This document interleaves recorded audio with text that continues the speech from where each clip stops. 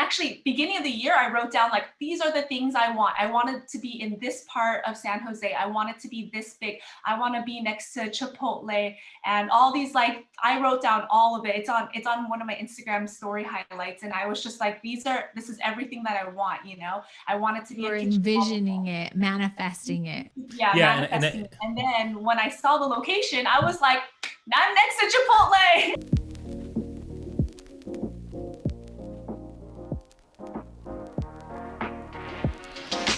Hey guys, welcome back to the Push Podcast. I'm Janelle. And I'm Eddie.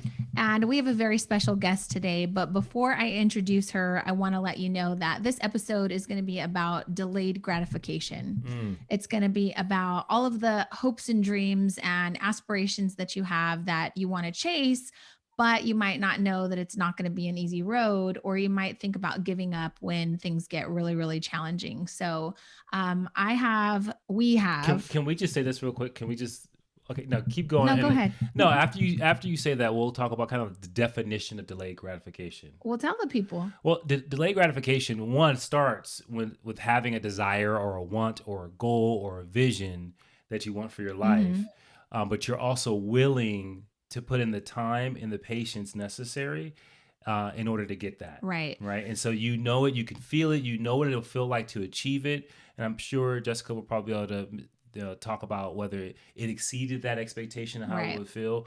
But knowing that, hey, I won't be able to achieve this for another year, 2 years, and can I hold on long enough in order to do so? Right. So we touched on this concept of delayed gratification in the previous episode and the last few previous episodes, like that test of like, you can have one marshmallow now, or you can wait and you can have 5 marshmallows if you wait 5 minutes. Right.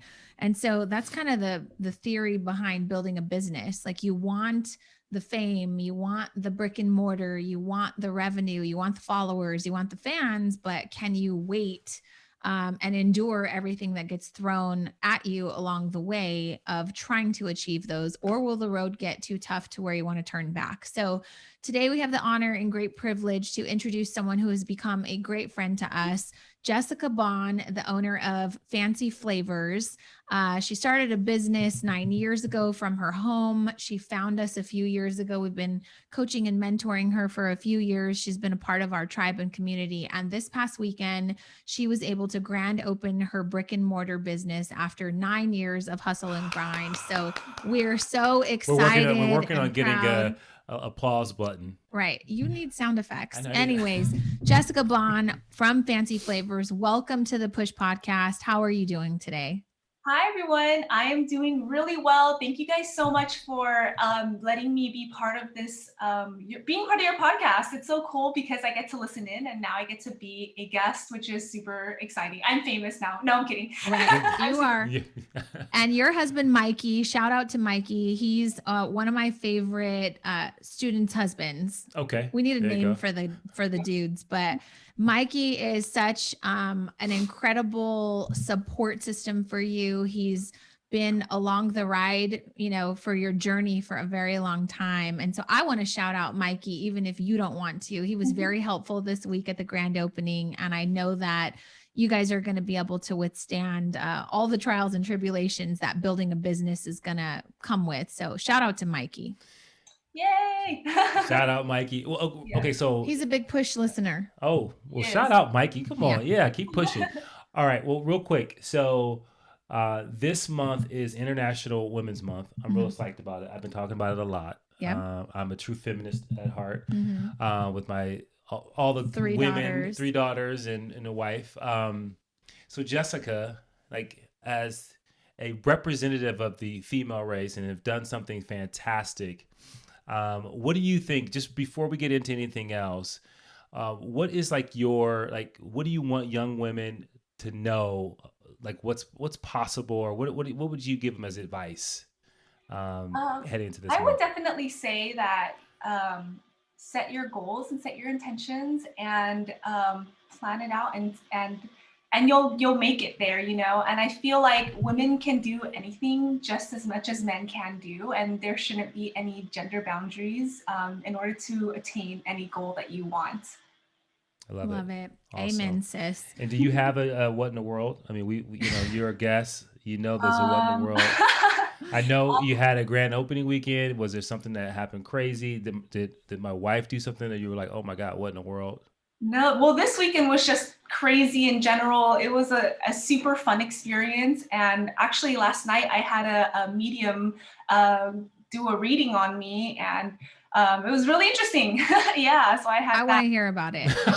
So I wanted this medium to see if my grandma was doing okay. And they said that she is having so much fun right now. And she's super proud of me, of everything that's happening, and to just continue to pursue, because I am going to hit roadblocks.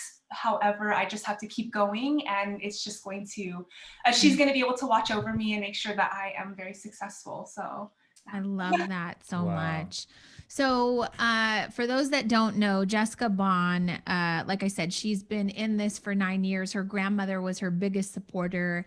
And unfortunately, a week before she was able to grand open her bakery, her grandmother passed away. So it was a super challenging week. I'm sure you'd attest to that. And we tried to do everything we could. I actually called your husband. I don't know if I told you this, but I wanted to order a life size stand up cutout of your grandmother mhm. so that she would be there to help, celebrate with your grand opening. And he said, Janelle, every photo that exists of her, she's sitting down because she was really old. So we're going to have to run with, a sitting down photo. So that's Yeah, what we got for you. We put it up in the bakery and she was able to be a part of your grand Oh, opening. So it was that's so super sweet. awesome.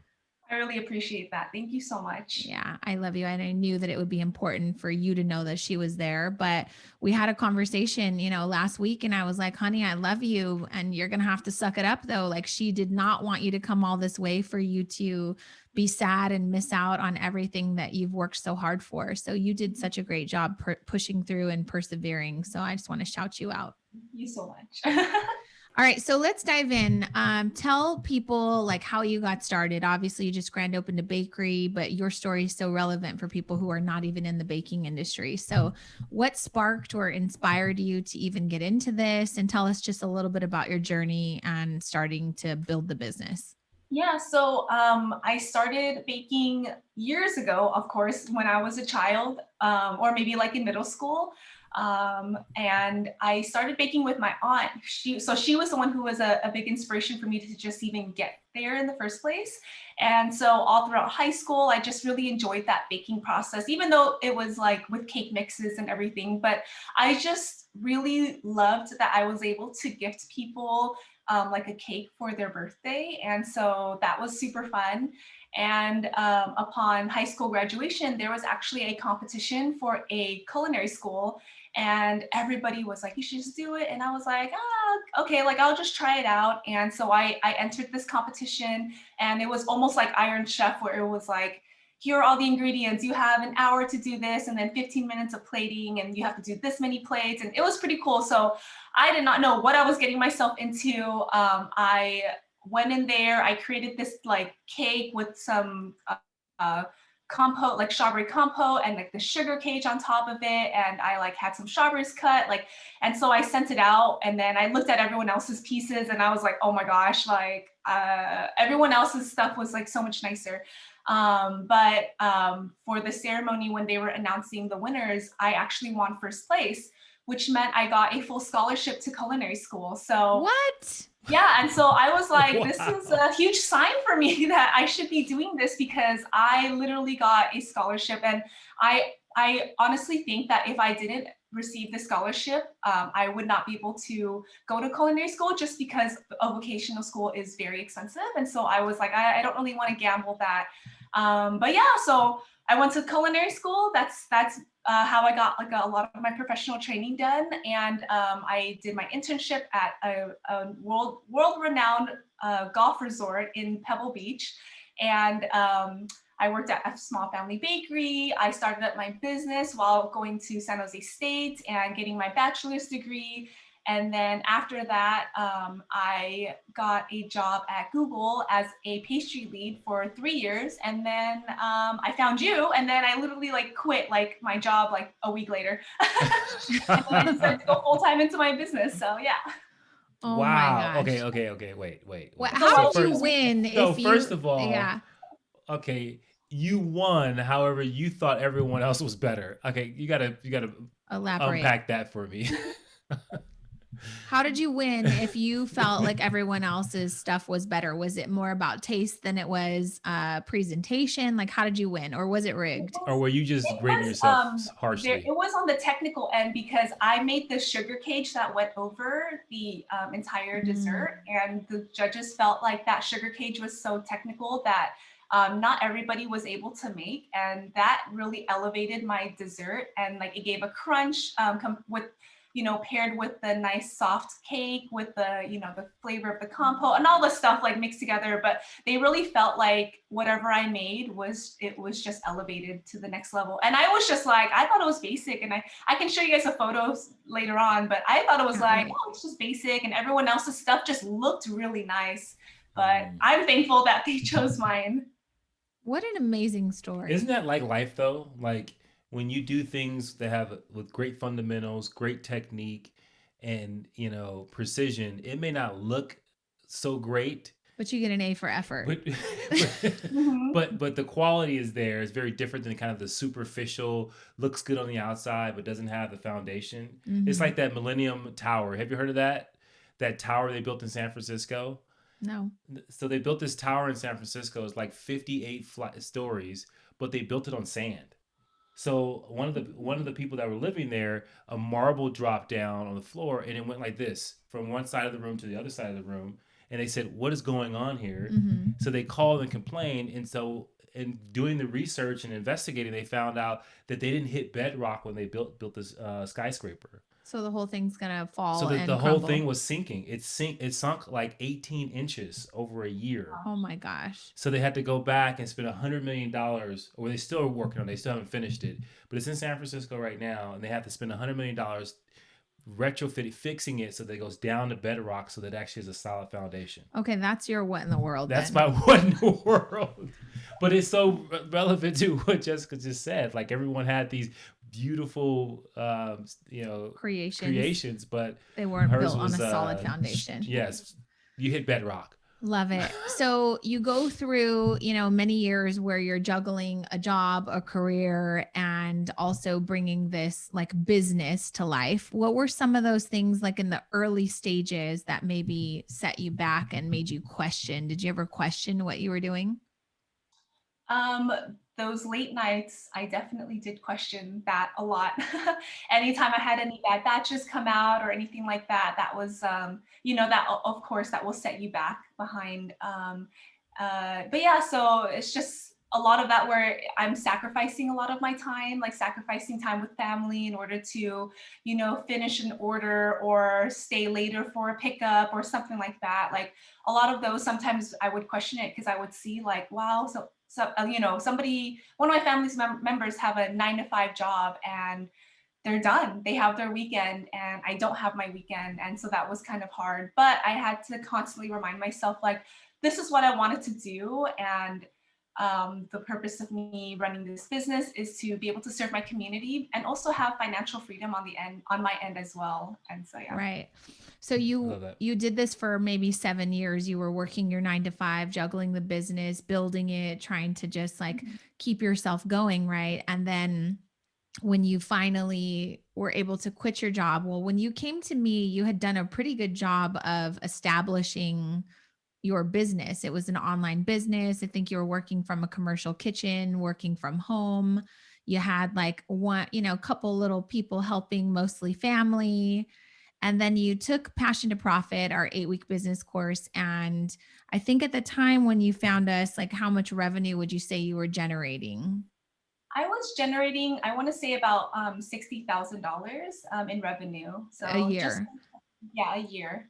And I thought that was that's a lot. I mean, that's a very good number. I mean, a lot of our students are going to listen to this and be like, God, if I could make 60 grand from home, that'd be awesome. Right. Mm-hmm. And then you took the course and you realized that revenue is great, but profitability is better. So Did you have an increase after you took Passion to Profit? Yeah, I grew I tripled my revenue actually in like less than a year even. So I grew from 60,000 to 180,000. So yeah, it Freaking completely amazing. catapulted, which I was like, I can do this. And Right. if I can make it to 180, then I can definitely do more. And Yep. that's So still home. that's crazy. So Yeah. you're making All from home. $180,000 a year from home in an online baking business that the one thing you do a really great job of is you're great at having an online presence, right? So you put yourself out there, you've got a good Instagram following. Let's talk about that for a second because people are going to go follow your Instagram, official fancy flavors. And they're going to look and say, must be nice. She's got, 17,000 followers or however many you have. What were some of the struggles and challenges that you found trying to grow that audience? So in the beginning, I felt like I was doing that like follow for follow, kind of that whole thing. And after taking Passion to Profit, I just kind of realized like all of these followers that are following me are not really like Ever it, going to buy no, anything? they're never going to buy anything. They're people from like China or like random people that I don't really know, or they're bots or something like that. And I was like, it looks really nice that I have this huge number. However, like, how can I take that number and turn it into revenue? Because if they're not even local to me, or if they're not even in the United States, I can't ship my macarons to them. So I had to like think back and just be really intentional about like the kind of content I'm putting out and the type of people that I want to follow me. Right. And your Instagram, I'd say it's very intentional. What's kind of the aesthetic or the vibe that you're trying to put out that you want your company to be known for? So I'm still trying to work on my Instagram and fine tune it a little bit more, but a lot of it right now is just trying to be fancy and cute with bright colors and just just a really warm and inviting place to that when you're looking at it. So yeah. Yeah, I love it. So fast forward, you triple your revenue, you got $180,000. I remember when you were like, guys, I found the perfect location. I'm signing this lease. Mhm. And we actually did a video with you. It's one of our trainings, Homefront to Storefront. So talk to us about like you negotiated your lease. How did you know that that was the right spot? Did you have a couple of spots before that? Like, how did that whole thing work out? Yeah, so for basically an entire year, I was looking for a location, and I would get really close and then it just wouldn't work out. And there was actually one location before the one that I'm in right now that I was really almost ready to sign the lease. But the landlord was being kind of iffy about it. And I told my broker who was helping me at the time, I was like, you know what? Let's just cut our ties because clearly like the landlord doesn't really want to work with us. So I'm kind of taking it as a sign. And he's like, no worries, that's not a problem. And we'll keep looking for you. And I was like, okay. And then like maybe like a couple minutes or whatever later, he calls me and he's just like, okay, I found a location. They just got on the market. They haven't even listed it yet. Do you want to take a look at it? And I was like, okay. And actually, beginning of the year, I wrote down like, these are the things I want. I want it to be in this part of San Jose. I want it to be this big. I want to be next to Chipotle and all these like, I wrote down all of it. It's on one of my Instagram story highlights. And I was just like, this is everything that I want, I want it to be You a were kitchen. envisioning it, manifesting it. Yeah, Yeah, manifesting it. And then when I saw the location, I was like, I'm next to Chipotle. So I was like, this is exactly what I wanted. And it's like right next to Buffalo Wild Wings, one of my favorite restaurants. Like, so I was like, this is perfect. There's great foot traffic. It's a really wealthy area. A lot of people are there. So I was like, I really liked it. So I went and looked and I was like, yeah, this is great. Like, let's talk to the landlord. And then the landlord was like, you know what? Let's come back. And I want to actually, she literally said, I want to meet my tenants. And she had nobody else take a look at it yet. And when I met her, I was just like, I like this woman. Like, she's a boss lady. Like, she knows, and she was so sweet and just very like kind and caring. And she was like, yeah, like, this is your first venture and I want to be part of this with you. And so I just straight off the bat, I had really great vibes and it literally just worked out perfectly. Like I couldn't have asked for a better location, a better landlord, and yeah, all of that overall. So I love it. So for those listening that are saying like, oh, must be nice, everything's perfect. Time out. It wasn't perfect though. Yeah, but before, can we just pause for just a second? Because I want people to really understand what Jessica just said. So first of all, you wrote down exactly what you wanted. Manifestation, right? baby. And it's so important, whether you're starting a business or in a career, it doesn't matter. Entering like a outlining relationship. those things out. And I think what I heard you say, Jessica, you can correct me if I'm wrong, but you set an expectation and a standard of what you were looking for, not just what you want, not, oh, I want to have a storefront, but these are the elements that I want. And a lot of times when people are in this place where they don't understand what they want, or they're having a tough time creating a vision, they don't have what I call the modalities. And what those things are is what you see, what you feel, what you hear. And all those things create a vision that's very vivid, and also makes it so that it's very evident when you see it. Right. Right. So she said specifically, I want a Chipotle in my parking lot. Right. Guess what, you guys? Chipotle's her freaking neighbor. I'm pretty sure it smells like Chipotle near there too. It smells like Chipotle all the time. It's amazing. Right. And that's so important. Like you see that and you go, okay, I know I'm close to what I really, really want. Yeah. But I really want to, before we go to the next part where we talk about the challenges, I want everyone to know, like, when did you put this goal out there that you wanted to have a storefront? Like, how long ago was that?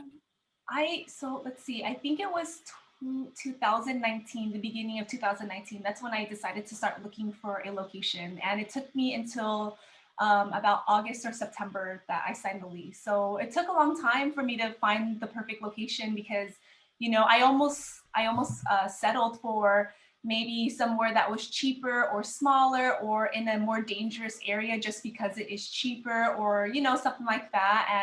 And luckily with my husband, Mikey, he constantly reminded me like, no, this is what you want. You need to make sure you set your intentions and you just keep being more and more and more specific on what you're looking for, And if it wasn't for him, I probably would have signed a lease for some rinky-dink place and been really afraid of my life every single day or something like that. Yeah. How did you guard from getting like desperate? Like, because this is about delayed gratification. Right. So sometimes you go, oh, I'll just take it because I'm so desperate to make this come to life. Like, how did you guard from getting that way?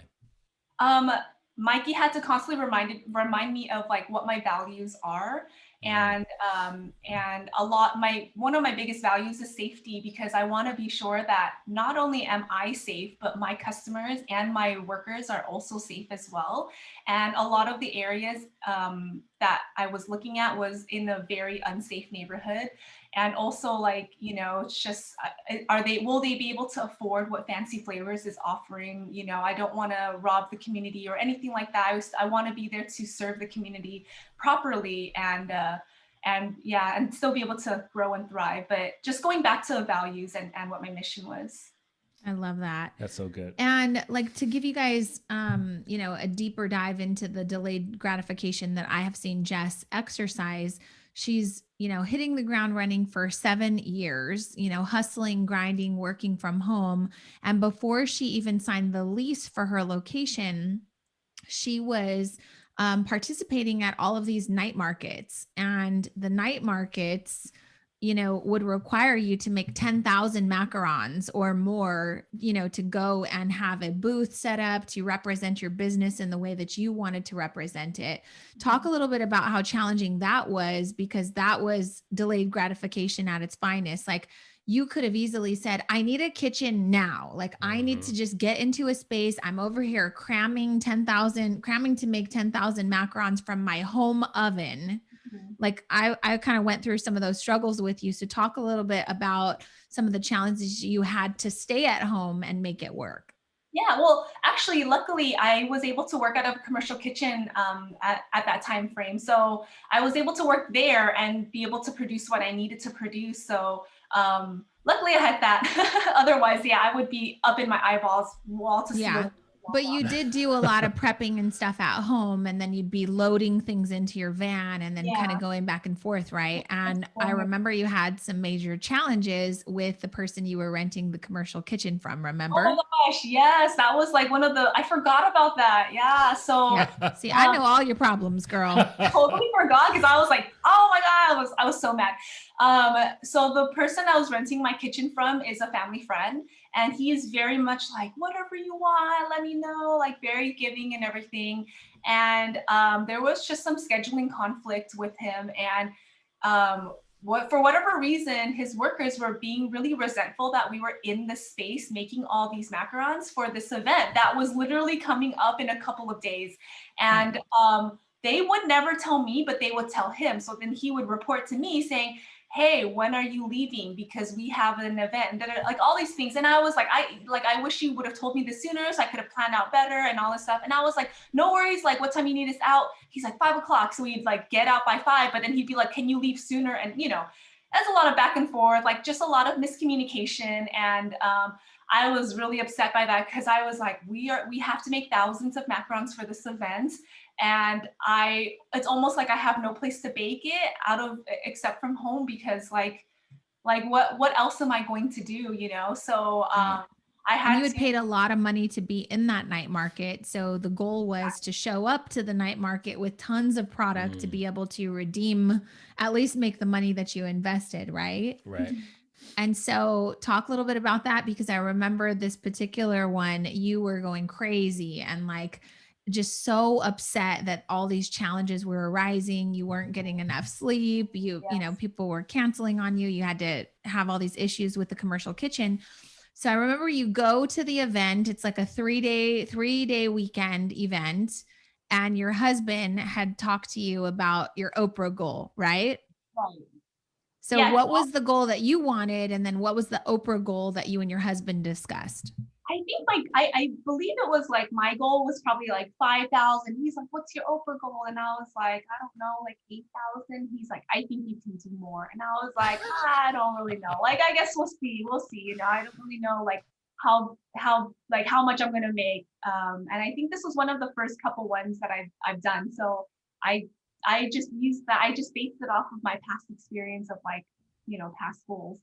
And then should I say like what my overall like revenue was that weekend? Yeah. So you set this goal. You were like, I'd be happy with 5,000. He tells you to stretch a little bit. You say 8,000, but I don't really know. You're kind of hemming and hawing, right? What Yes. did you wind up generating in revenue that weekend? I ended up generating $15,000. Boom. Like I don't know, 15,000. like how is that possible? I don't know, but like my team really pulled it through. Yeah, it was crazy because I think that was one of the most stressful weeks I've ever had, and I don't know. It's just nice to that all of it came like full circle and really just I got a return back. Yeah, I'd say a Yeah. return 15 grand Are on a you? couple thousand I think dollars. I think you're learning, Jessica. Like it's always really really hard right before you have really great success, and so Right. I think Yeah. that's super important to And pull that's the out. thing I admire about you is like you'll sit there and you'll bitch and moan about it and you'll come to, your support system and just be venting really quick, which we all need to do. And we'll pump you up, tell you you got this, and you'll go back harder than ever and you blow Crush your it. own expectations out of the water. So I want to personally just tell you like you're so great at that. And that's one of the reasons I wanted to have you on here. Thank you. Thank you so much. Okay, so we get through the night market, we see what's possible, your mind is blown, and now you're like, okay, I'm signing a lease. Like, damn this, I'm doing it. So you start this 9 month, it took you over a year to find this location. Things didn't work out, they did. You meet this landlord, you fall in love with her, everything's great, you sign this lease. To my understanding, she gives you like a year, you negotiated a year free rent, right? We actually negotiated about 4 months of free rent. Okay. So you negotiate 4 months of free rent, and then she says, great, sign the lease. Here's what it is. You can start building. Did you build it out from nothing? Tell us a little bit about your build out. So the location started off as a like a cupcake bakery. So fortunately, a lot of the kitchen back end was already done. We just had to do renovations on the front end and redo all of that stuff. So that probably took the longest because I had to go through, oh my gosh, yeah. I went through an architect who like 4 weeks in, while I was on vacation in New York, he calls me. He's like, I'm getting a divorce, blah, blah, blah, and I can't be your architect. And I was like, I'm on vacation right now. What is happening? So I hit up Mikey. I'm like, find me a new architect now. He finds me a new guy. Luckily, it ended up working out and he didn't leave me. So that kind of delayed us by at least a month. And I was like, what is going on? Yeah. So he ate up, this is the thing, like this is more delayed gratification. Like you put your hopes and dreams and 1 month of free rent and you waste it on this guy who now has something happen in his life. He's got to like abort mission. I remember you being super pissed about that. So you find another architect. And what happened after that? It moves slow. It moves fast, slow. What happened to the build Can I up? ask this too? It was like, You're still doing the night market at that time, right? I know around this time that this was when the night market was starting to end. So it was getting close to that ending time point. Yeah. So yeah, with my architect, it was slow and fast, like because he had to bring in a couple engineers, and in San Jose, the whole process of getting a permit is very, very, very intense. So that part I would say probably took the longest. Like it probably took them another month to just draw up all of the plans, and then like another month of like just permits. And I was like, I don't know if I can be able to finish my build out in 4 months. Like I wanted to have it done sooner.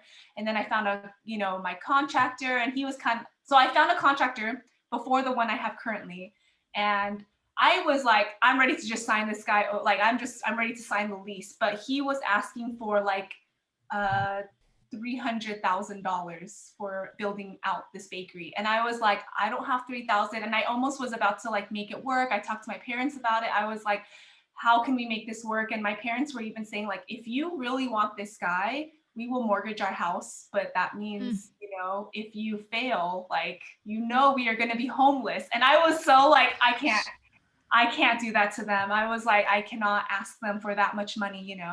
Luckily, my dad was able to find me somebody who was a third of the cost cheaper, and did it faster and more efficiently. So that was really great. And then COVID hit, and so everything completely stopped. Right. So that's the time frame that we're looking at now. And that's when my landlord ended up giving me a whole year of free rent, because she said like, this is your first venture. You're not a Chipotle, you're not a Five Guys. Like you can't afford to pay rent when you don't have revenue coming in like that. So she like completely waived my rent, not even asking me to pay it back or anything. Wow. Like super amazing. I could not have asked for anything better, because I would have been just like, what am I going to do? I don't have this kind of cash lying around, so. Well, that's amazing. And that's a huge blessing, because I didn't get blessed with free rent during COVID at the Cake Mamas. You didn't manifest it. Well, I mean, maybe not. I did actually. And I was pitching a fit about it, but it didn't work out for me. I'm glad that it worked out for you. So your build out though wound up taking an entire year, right? Yes, it did. So the build out takes an entire year, even though you only got 4 months free rent, things wound up working out. COVID comes, destroys everything, but also kind of helps you finish the build out. So, I mean, I think in hindsight, it was very helpful to getting you off the ground, right? So then you're getting ready to grand open, and that just happened this week. And then you lose your grandmother. How did you feel? What was going through your mind then? So I lost my grandmother the week of Valentine's week, which was already a difficult week for every single baker out there. So in the world. At first I was like, you know what? I knew it was going to happen. I fortunately was able to visit her one last time before she passed. And even my dad was speaking to her while she's laying in bed and just saying like, you know what, just hold on a little bit longer. Your other son is going to be coming from Georgia to see you. Just hold on. And then She just peacefully passed away in her sleep after everybody got a chance to see her one last time. So I kind of had a feeling it was happening. And at first I was like, oh, I'm at peace with this, and then I don't know, after Valentine's Day, it just hit me like a rock, and I was able to like start grieving and everything like that. So it's just really difficult because it comes in waves where sometimes I'm like, oh yeah, I'm okay. And then when I think about it, I'm like, I really wish she could be here with me right now, so I'm getting emotional again. I know. But we had talked that week and I was like, this is what happens, like I think the universe or something tests you to make sure that this is really what you want to happen. And I know that your grandmother would be really proud and want to be a part of this. So I was really proud that you were able to push through and bring this, dream to life because she had been there to support you through all of this, right? Definitely. She's always like loved hearing all my stories and she's never doubted me in like at all. So it was just hard for me to lose her. Yeah, I know. Well, I would say I'm going to go on a limb and say that I think that she was definitely there. She was definitely able to experience it. She was helping me make macarons in spirit. Absolutely. And so yes, definitely. I definitely think that you got your wish, but just a different version. Yep. So Jessica is in our monthly mastermind of a bunch of brick and mortar business owners from around the nation. And this past week, we got to hop on planes and fly out to support you and be there to help you bring your dreams to life and participate in this grand opening. So we get there and the girls had made it the day before I did. And they were so tired when I saw them. They left their businesses to fly across the nation and help, Jessica's business. So they're there and they're like, we packaged 10,000 macarons in the last like 12 hours. Like I was like 10,000. So Jess and I got to sit down and kind of say, okay, well, what are you selling exactly? What's the price point of this stuff? How much money do we want to make? And we set a goal. So you had a goal and then you had an Oprah goal. So talk to us about the goals and the intentions that you set for your grand opening.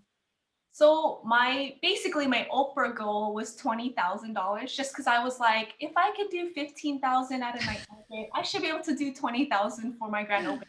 And remember what I told you, you're just like, okay, you're ambitious, but you need to make sure you come prepared if you want to do 20,000, So that was really helpful because when we had that meeting, I was able to jot down everything I wanted to do and go over the price points like you said and really figure out like how many do I need to make in order to make this $20,000 goal happen. Yeah, because it sounds great. You can pick a freaking number out of the air. 20 grand is my Oprah goal. That's awesome. But if you don't have $20,000 worth of product, it's like there's a zero probability that you're actually going to be able to make it, And that's a real thing. Like we interact with so many business owners that have goals, but they don't actually have like the inventory, the means from a standpoint of time, assistance, help, all those things to actually make that goal. And so they really are sabotaging themselves, even though they have these aspirations, but they're cutting themselves off at the knees because they just don't have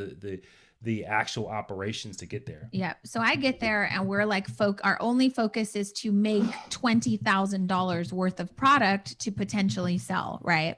And I got to tell you, like my mom, she came with me, my stepmom, Robin, and she was like, is she really going to sell 10,000 macarons? Like she's not in our world. She doesn't know. And I was like, well, we're selling them by the dozen. So, and then the dozen was what, $32. Right. And so she's like, God, that's expensive. I'm like, well, you're not a macaron connoisseur. Like they're expensive to make. They're very time consuming. Right. So that goes to show you not everyone is going to be your ideal client. And you got to eat so many to get satisfied. Right. So you need a dozen. I need like 10 just to... So we made brownies, creme brulee, all of these things. We were very strategic because if we knew that she was trying to get to 20,000, we needed high priced, high ticket items. Right. We were not selling anything for, one macaron is even $3. We didn't do that at all. It was like buy in bulk. Here's what we have, high price points. And so Friday night, you had a friends and family. It was just a little gathering. A couple of friends and family members came. Mm-hmm. And did you do better than you thought? Or how did that night go?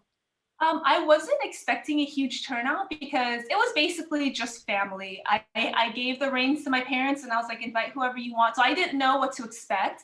And it almost sounded like they wanted to just come and hang out and like eat dinner or something at my bakery versus like actually purchasing.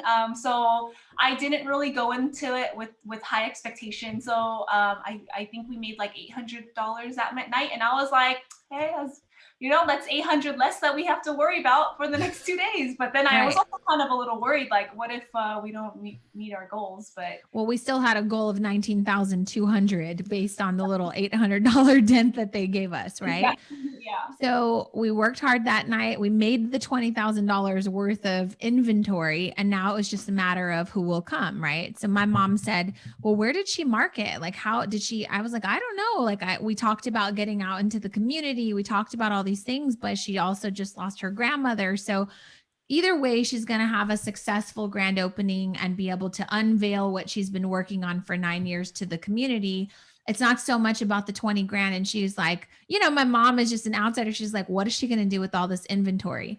So then grand opening day happens, all your friends and everyone comes out to support you. I got to work the line for a little while. Your husband did a great job. And people were coming out that had been following you and purchasing from you for years when you Yeah. were making things from home, from your commercial kitchen. So that was super, exciting to see Yeah. them support you. Did you connect with any customers that shared any stories of being longtime customers for a while? I heard a lot, like almost every single person. They were just like, "We remember when you were at home," and I was like, "Oh my gosh, like that was so long ago." And it's crazy that like I started there, and these people continue to follow me and be part of my journey and my life. And it's really cool to be able to have that kind of support system, Yeah. and it's really cool because they got to see me grow up, and I get to see them and their families grow up as well. So it's really Yeah, cool. it's Yeah. amazing. That's huge. So we, a couple things we look at average transaction, and then throughout the day, we're kind of looking at and monitoring the numbers to see how close we're getting to the goal. Cause why? Winners keep score, Right. right? Right. So, we're making coffee. I'd say the average cup of coffee, what would you say? $5 or so? Oh, $5, yeah. Yeah. And then, the average like pack of macarons started at what, $20 or so? The dozen pack started off at 32. So Yeah. So they were high ticket items, Right. right? So I kept asking the girls that were working the front, what do you think the average transaction is? They're like, people are dropping like $150 without even blinking. So that was really encouraging, right? We had put this little cake macaron thing that I made that was like, I was like, it's fancy flavors. You need something fancy. We yeah. sold those for $16 for one little macaron cake, right? And so, long story short, we finished the day on Saturday with great sales. And then last night, I get on a plane, I come home, and you call me, and you had closed out, the last day of the 3-day grand opening event. And tell everybody where you finished. So I finished at $21,000 and change. Boom. Yes. That's so Did it. awesome. $21,000. Like, That's so good. think about that. I mean, you were open for what, 2-3 hours on Friday, maybe 6-7 hours on Saturday, a couple of hours on Sunday. And in that time, all of the 9 years of preparation, all of the coursework that you did, all of the obstacles you overcame, all of that stuff was finally like validation that it's celebration time. You're in the right place. You're here at the right time. And the universe aligned for you. How are you feeling now? I am elated and also scared at the same time because the grand opening is like the fun part, and now it's like, okay, I now have to step it up. Now they saw that the cakes are there and the cactuses are, they're gonna want that. So okay, I gotta make sure that that's something that we're gonna have to offer regularly in store because people are really going to want that. But I love that you were able to take time out of your schedule to come because this really opened my eyes to like so many different possibilities and just being able to help me like be creative again on like what am I going to offer and how am I going to elevate my desserts and how it looks like. Because I mean, I'm pretty sure like maybe even with you running the Cake Mamas, you're probably like, I'm done.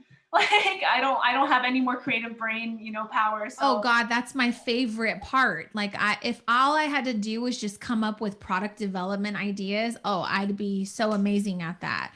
I wanted to retire so that I could take all of those ideas and come to support my friends like you and my students like you. So I'm here for that. That's like why I She wanted the retired. auntie position. You Yeah, come and I want to be babysit a the little bit, auntie and that then you gets to just kind of like, come. oh, okay, we're that's all Yeah. so good now. cool. And Yeah. that's So when you're like, okay, I'm tired now. If someone can help me, that would be just really great. yeah. Yeah, And the thing is I'm super proud of you. You hit this amazing goal. It wasn't easy. And you're tired as shit right now. yeah, But now is really where the hard work starts. yeah, Now's where you're going to have to figure out like it's not going to be grand opening sales every day. You might open tomorrow and it's like, oh my God, we only did $400, right? So then you'll realize, like, as a business owner, I got to focus more on marketing than I am focusing on making macaron cakes, right? yeah. And so it's going to be a challenge. And I just want you to know that we're here to support you. I'm super happy to be a part of your journey. Jeez. And yeah, buckle up because it's about to get real fun, challenging, but you're always up for a challenge and you always get rewarded because you do whatever is necessary. So, What do you think? What will like? You have executed on 2 different occasions and hit monster goals. Mhm. For you, what's the difference maker? What's that thing that what has makes you to special? happen in order for you to execute and hit those goals? So what did you say? What makes me special? No, I said, what do you think is a difference maker? What, like when you think about you achieving $15,000 at the night market and then doing 21,000 in your grand opening, like what is that thing that you think that you have to do in order to execute? Definitely setting goals, manifesting it, and just having a support system. Because honestly, without any of you women being there for me this weekend, like I would have really struggled, and I probably would have doubted myself a lot. But like everybody was able to come out, take time out of their schedule, and just like really show up for me. And I just really appreciate that. And I love being able to like learn from everybody because everybody has a different way of like selling or producing macarons or doing this and that or talking to the line. Everybody has their own strengths. And it's so cool to see us all like come together for my grand opening. And I just learned so much from it, So I have so many little nuggets that I can take with me moving forward. But definitely all of those things. Yeah. Right. Can I just say this? Because I think it's important for people that listen to the Push podcast, whether they are entrepreneurs or working in a career, there's no reward for doing it alone. Oh God, no. Like, There's and no I think, badge of and honor. I think people like to say, "Oh, I did it all myself." Like, I'm a one woman yeah, show. no, because people just look at, did you hit your goals? Did you obtain the achievement? And if you did, great. And then it's up to you to really give the respect and the homage to the people that were a part of it. But a lot of times, that's the difference maker. I think is that, are you utilizing your network? Are you utilizing resources? Are you making networking a big part of what you do in order to get there? And I think that is something that I think hope people take from this, saying, yes, you had some really great achievements. Yes, your name's on the building, but it really takes a community to make all those things happen. Yeah. And I did ask you, Jess, what makes you special? Because I don't want people to hear, oh, yeah, that must be nice. Her parents had money. They were offering to wager their house. I don't have any of those luxuries. And I do think you have a special sauce. But what do you think is in you that doesn't allow you to give up and it pushes you to do the hard things when they get really, really challenging? Because I think that would help others listening. Yeah, I think I'm just a little bit of crazy. No kidding. I But You agree. have to be a little crazy. I just really love being able to do this. And I think overall, when I look back at it, like what's my mission? What's my values? Um, just being able to be part of so many people's lives and celebrations and without having to physically be there but still be a part of it is incredibly touching for me. And it's really cool, and I'm excited to have like new staff member come in where I can teach them not only how to bake and how to do everything, but also maybe give them like some life lessons so they can elevate themselves and take what they learn here and bring it to their next career path, you know? So it's the little things like that where I think that is what is really continually driving me and, you know, everything moving forward. And this build out was very long, very excruciating and very expensive, but I definitely can proudly say that every penny that I've put into this business is my own. I've never taken out a loan. I haven't asked anybody for money. So, you know, so this is my baby. And of course now I have to make sure I make sure that it brings me back revenue as well and a return. Good job, Jess. Love it. Thank you so much for sharing your story with us. You guys can go follow Jess Banh at Official Fancy Flavors. She's located in San Jose on what's your address? Give them the information. 1645 Saratoga Avenue, suite number 20 in San Jose, California, 95129. I'm right next to Chipotle, right next to Sprouts and Five Guys, all of those good things. So you guys will be able to find me. If Love anything, it. find Okay. Chipotle, I'm right there.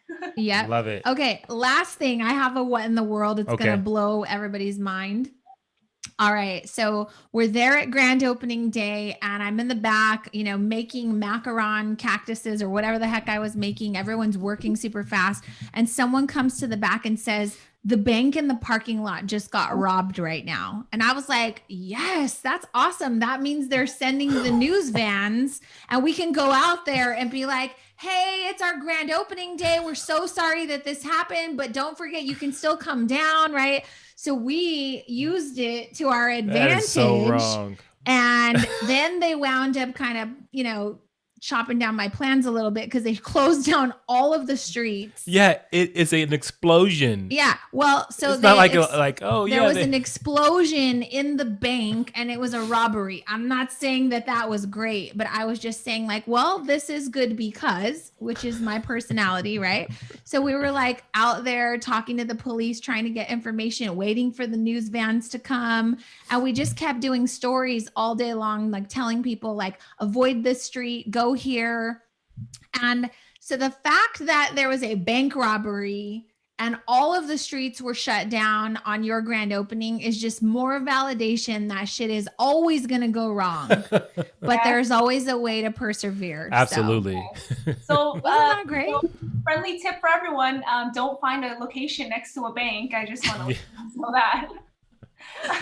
Awesome. Well, thank you so much, Jess. Everybody go follow Official Fancy Flavors on Instagram. She's also been showing up on TikTok, put some really funny things on there. So thank you so much for allowing us to be a part of your journey. And we're super proud of you, Jess. Thank you so much. And I appreciate you guys being able to invite me here and also for you to take your time out of your schedule to come and visit. And I really appreciate everything that you guys do for me. So thank you. Well, we love you. We'll talk to you guys later. Push through and just continue to be great. See you later. Bye, guys.